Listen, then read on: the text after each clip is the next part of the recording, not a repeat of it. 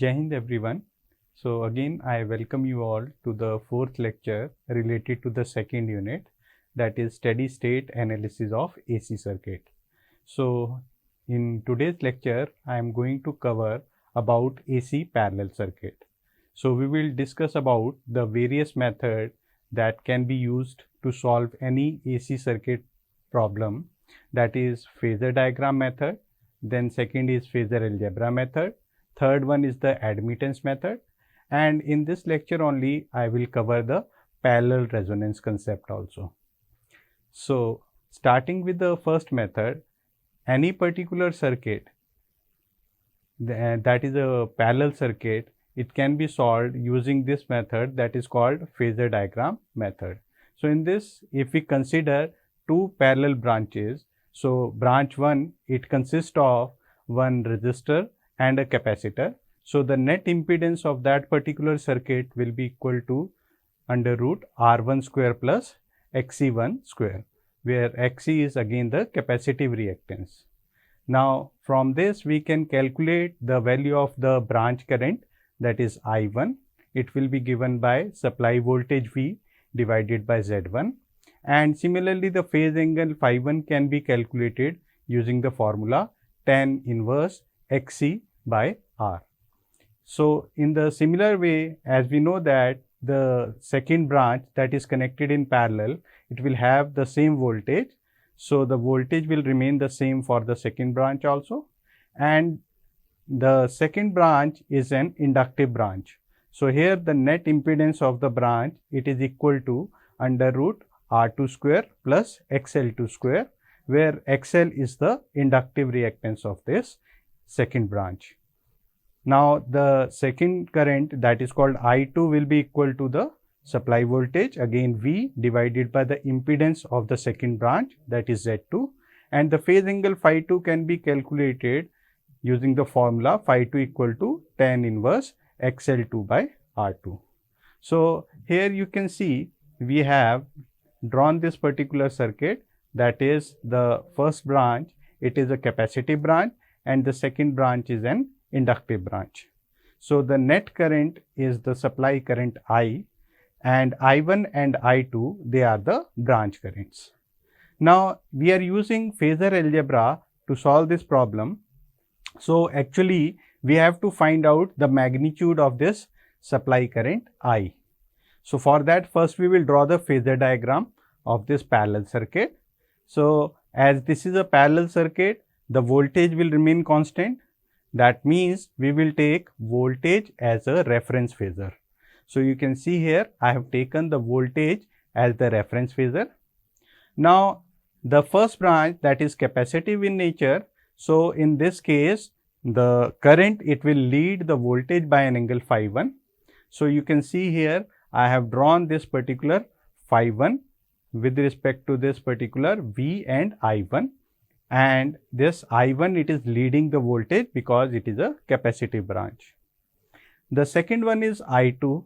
Now I2 is flowing through the inductive branch, so naturally the current will lag the voltage. So here you can see phi 2, it is the phase angle between again the supply voltage and the branch current I2. Now using this parallelogram method, we have drawn the resultant current I, that is called the supply current. So the phasor sum of this I1 and I2, that will be equal to the supply current I. So the phase angle between now this voltage and the supply current, it will be the phase angle phi. So these are the two unknowns, that is we have to find out the supply current as well as the phase angle phi. So for that we can use the formulas that are written here. Now we can use the concept of method of components. That means we can resolve these two I1 and I2 phasor into horizontal component, that will be called as I cos phi, and the second one, it will be called as I sin phi, that will be the vertical component. So here you can see the horizontal component for I1 will be I1 cos phi 1, and for I2 it will be I2 cos phi 2. Similarly, the vertical component for this I1, it will be equal to I1 sin phi 1, and for I2 it will be equal to I2 sin phi 2. Now as I2 sin phi 2, it is lying in the fourth quadrant, that's why the sign is negative. Now the resultant of these two, that is I cos phi and I sin phi, that will be the total supply current I. So the expression for this I, it is again written here, we have resolved it, it will be the phasor sum of the horizontal component and the vertical components. Similarly, if we want to find out tan phi, that means for the phase angle phi, so it will be equal to I sin phi upon I cos phi, that we have already calculated. So using these two formulas, we can find out these two unknowns, that is the supply current I and the phase angle phi. So this is the first method to solve any AC parallel circuit. Now coming to the second method, by phasor algebra method. So I generally prefer this particular method as compared to the first method, because this method is quite simpler as it involves less number of steps as compared to the first method. So in this case, again we will take the help of phasor algebra. That means we will convert these quantities, voltage, current, into the either the rectangular form or the polar form.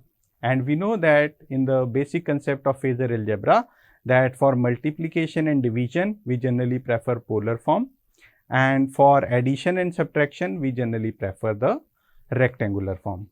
So here you can see again we have taken voltage as reference phasor. So we will write this voltage in terms of polar form as V angle 0 degree. Now as we know that the first branch is capacitive, so the impedance Z1 denotes the impedance of the first branch, that is Z1 equal to Z1, that is the magnitude, and angle minus phi 1. Minus phi 1, again it is because of the capacitive reactance, because whenever we will calculate the value of this phi 1, it will be tan inverse minus Xc by R. So that's why the phase angle for impedance for a capacitive branch, it is always negative. Similarly, for the second branch, that is inductive, so the magnitude will be Z2 angle phi 2, where impedance you can see here, it will be equal to again under root R square plus XL square, and phase angle phi is equal to tan inverse XL by R2. So here you can see we can directly find out now the branch currents I1 and I2, because in case of AC we know that current is equal to voltage by impedance. So you can see here I1, that is the first branch current, so it will be equal to V by Z1 angle phi 1. Now you can see here the angle for this I1 will be positive, because it is the current that is flowing in the capacitive branch, and I2, the angle is negative, because this is the current that is flowing through the inductive branch. So again using the phasor sum, we can find out the total line current, that will be equal to I1 plus I2. So here you can use the rectangular form for addition purpose. So the third method, it is called admittance method. Now admittance basically means it is the reciprocal of impedance. Now we prefer this admittance method in case of parallel circuit when we have 3 or more than 3 number of parallel branches, because as we know that in case of parallel circuit, all the admittance of different branches, they can be added together. In the same way, we can add all the impedances in series that can be added together. So admittance will be equal to this I by V. Here you can see this admittance triangle is drawn. So here the base is again conductance, then you have inductive susceptance, that is denoted by BL, and Y is the admittance. So it has this particular admittance triangle similar to the impedance triangle. It has 3 arms. First one is called inductance. This conductance is inversely proportional to resistance. Second is inductive susceptance. Inductive susceptance is inversely proportional to inductive reactance, and capacitive susceptance, it is inversely proportional to capacitive reactance. So this is the admittance triangle. Now, if you want to solve any problem related to this using admittance method, so let us take this example. Here you can see I have taken 3 branches. So, the first branch again it is capacitive and the other 2 branches they are inductive. So, impedance for the first branch it will be R minus jXC1. So, in polar form it will be Z1 angle minus phi 1. Now, if we take the reciprocal of that, that will be the admittance of the first branch. So, it comes out to be equal to Y1 angle plus phi 1. So, here you can see the angle for this capacitive susceptance is positive, whereas for the capacitive reactance the angle phi 1 it is negative. So, this is the basic difference between the capacitive reactance and capacitive susceptance. Similarly, we can calculate the value of Y2, that is the admittance of the second branch, and Y3 that will be the admittance of the third branch.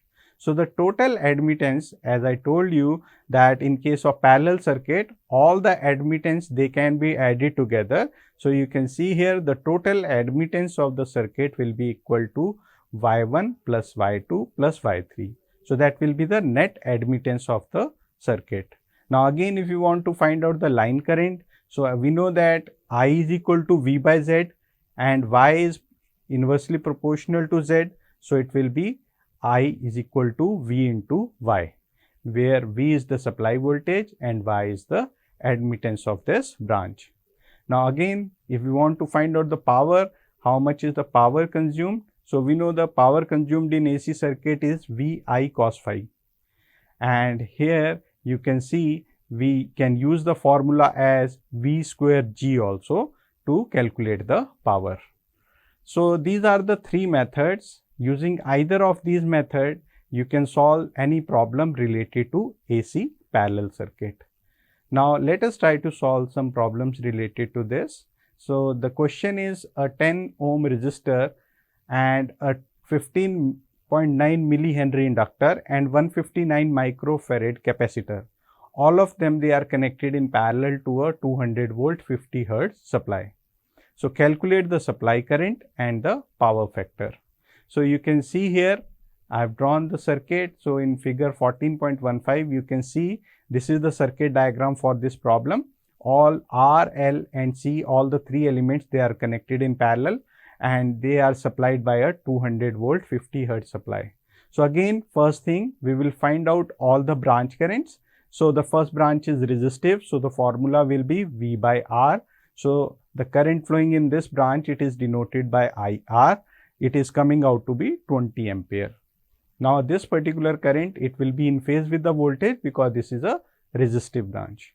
The second one, the formula will be, as this is a purely inductive branch, so current will be equal to V by XL. So, the magnitude comes out to be equal to 40 ampere, and in this case the current will lag the voltage by an angle of 90 degree.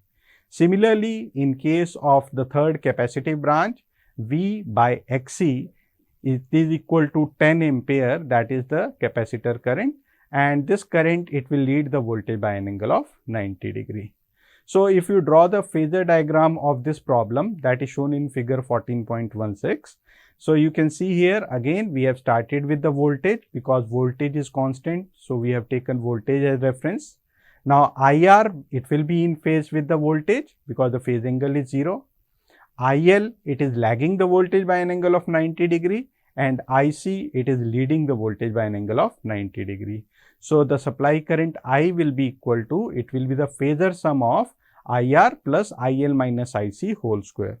So, using this particular formula we have calculated the value of the total supply current equal to 36 ampere, and the circuit power factor cos phi it will be equal to, you can calculate using this formula IR upon I.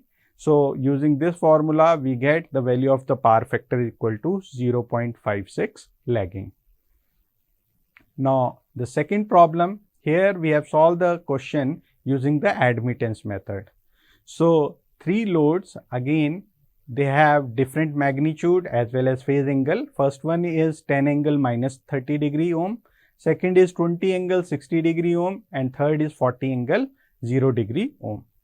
So all these three impedances, again they are connected in parallel and they are supplied by a voltage source that is having a magnitude of 230 volt and the frequency is 50 hertz. So first thing we have to find out the admittance of the entire circuit. So admittance, we know that it is denoted by capital Y and the units are Siemens.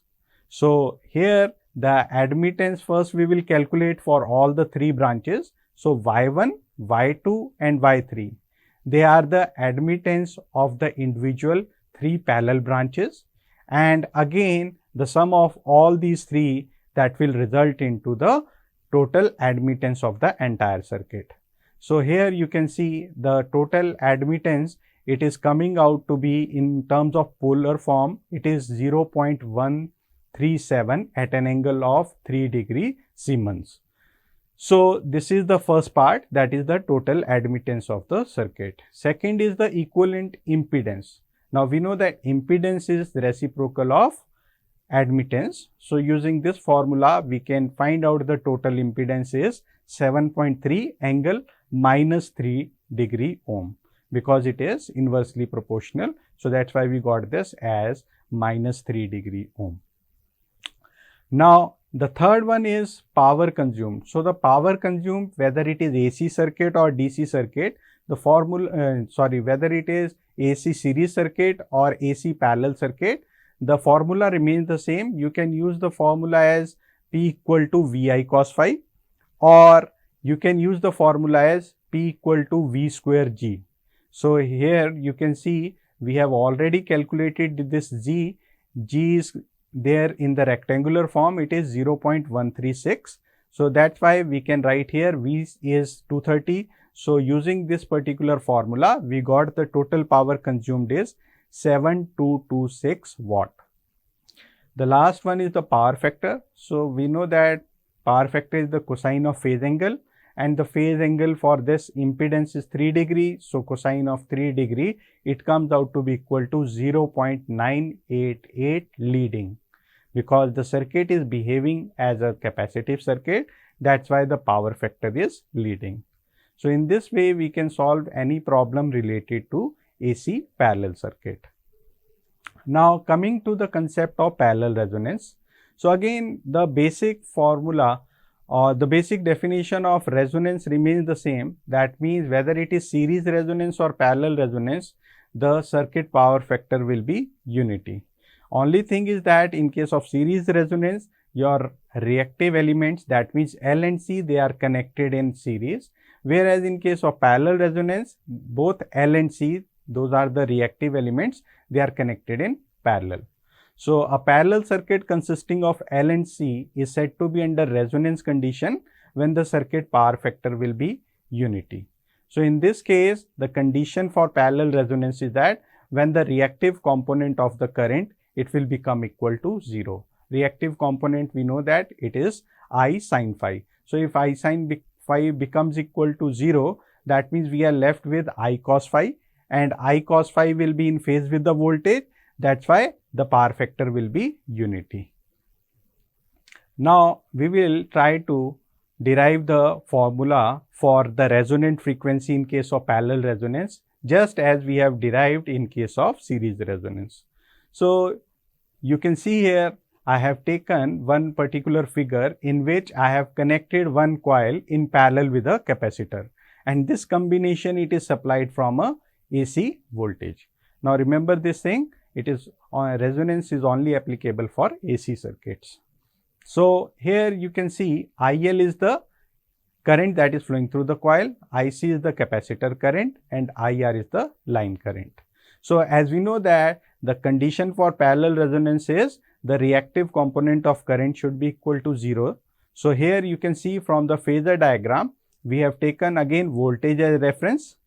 Now this IL, inductive current, it will have two components, IL cos phi L and second as IL sin phi L. So this IL sin phi L, when it will cancel out with this IC, that is the capacitor current, that will be the condition for parallel resonance.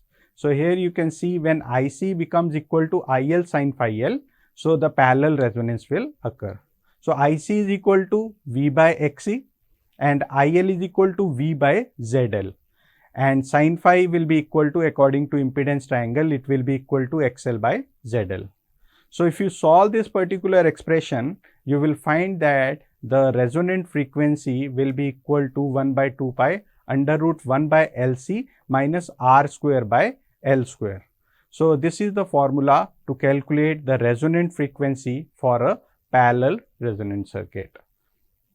Now next thing is the impedance at the time of resonance. So the impedance at the time of resonance, it is maximum.